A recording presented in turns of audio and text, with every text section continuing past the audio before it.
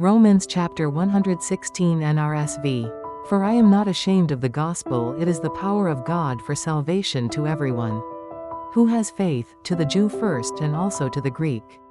Have you ever felt the pressure to hide your faith? In a world where bold beliefs can lead to ridicule, Paul's words in Romans 116 strike deep. I am not ashamed of the gospel. Why?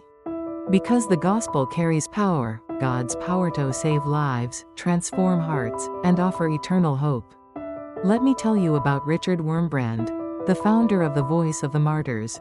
He was a pastor in Romania during communist rule, a time when preaching Christ was considered an act of treason. Arrested in 1948, he spent 14 years in prison, many in solitary confinement, and was tortured severely. Yet, in all that suffering, he refused to deny Christ. His memoir, Tortured for Christ, records how even in chains, he preached the gospel to his jailers, saying, "I have seen Christians in communist prisons with 50 pounds of chains on their feet, tortured with red-hot iron pokers, but they loved Christ." What kept him going? He was not ashamed of the gospel.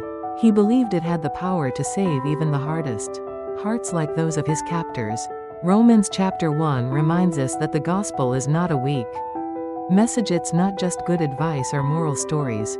It's divine power. When we feel afraid or tempted to stay silent, remember, your faith is not something to be ashamed of, it's something to stand on. You never know whose life could change because you chose to speak up.